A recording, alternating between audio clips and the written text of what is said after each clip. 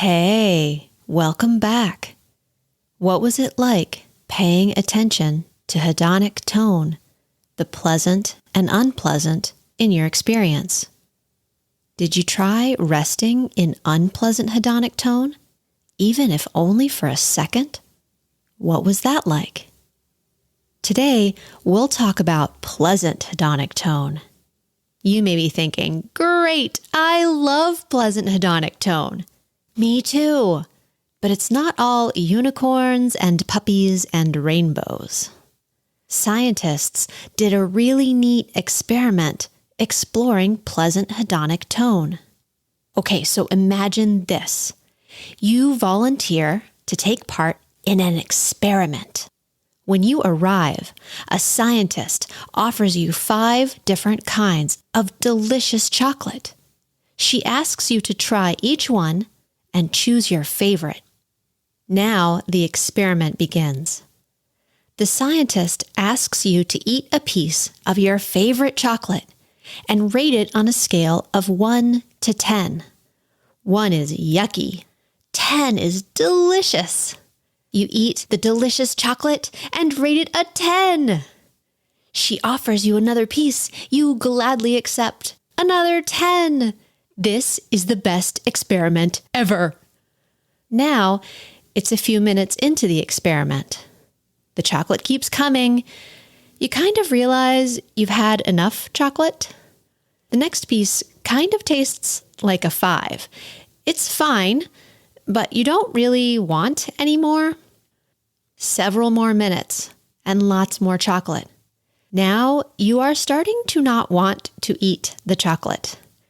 The chocolate starts tasting like a 4, then a 3. Now it's been maybe 30 minutes and you are offered a piece of chocolate and you think, there is no way I can eat this thing. I don't want the chocolate. But you put it in your mouth. It is sickly sweet, gross. Your body kind of wants to spit it across the room. This piece of chocolate is a 1. Isn't that interesting? We tend to think that things that give us pleasant hedonic tone will always give us that same pleasant hedonic tone. But if you explore your experience, I'll bet you find this isn't true. Let's say you get a shiny red bicycle for Christmas. Yay! Big, pleasant hedonic tone! But after a while, the bicycle seems less interesting. You kind of get used to it.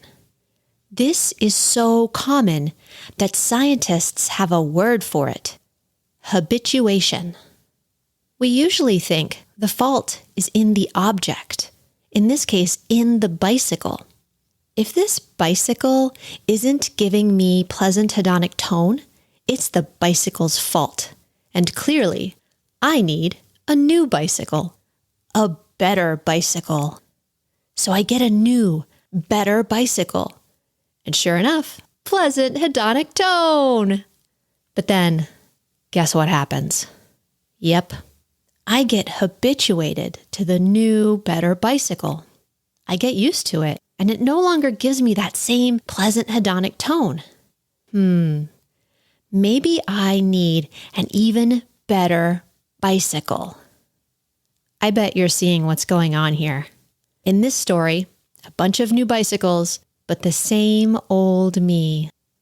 You may be thinking, this is terrible. Why are you telling me this? But it's not terrible at all. It's actually great news. When we know that pleasant hedonic tone doesn't exist in objects, that it exists in our reaction to objects, we can be less enchanted by both the objects and the pleasant hedonic tone. We can be empowered to make wise choices about how we react to pleasant hedonic tone. We don't always have to chase it. Sometimes we can just enjoy it, know that it will pass, and get on with our lives. Okay, that's a lot. Your homework for the next couple of days is to keep exploring hedonic tone, the pleasant and unpleasant in your experience. And if you're feeling particularly brave, you might pay attention when you notice pleasant hedonic tone. How strong is it? How long does it last? Is the pleasure coming from the object or from my relationship to the object? Can I imagine a scenario where I would not have pleasant hedonic tone with this object? Okay, good luck. See you next time.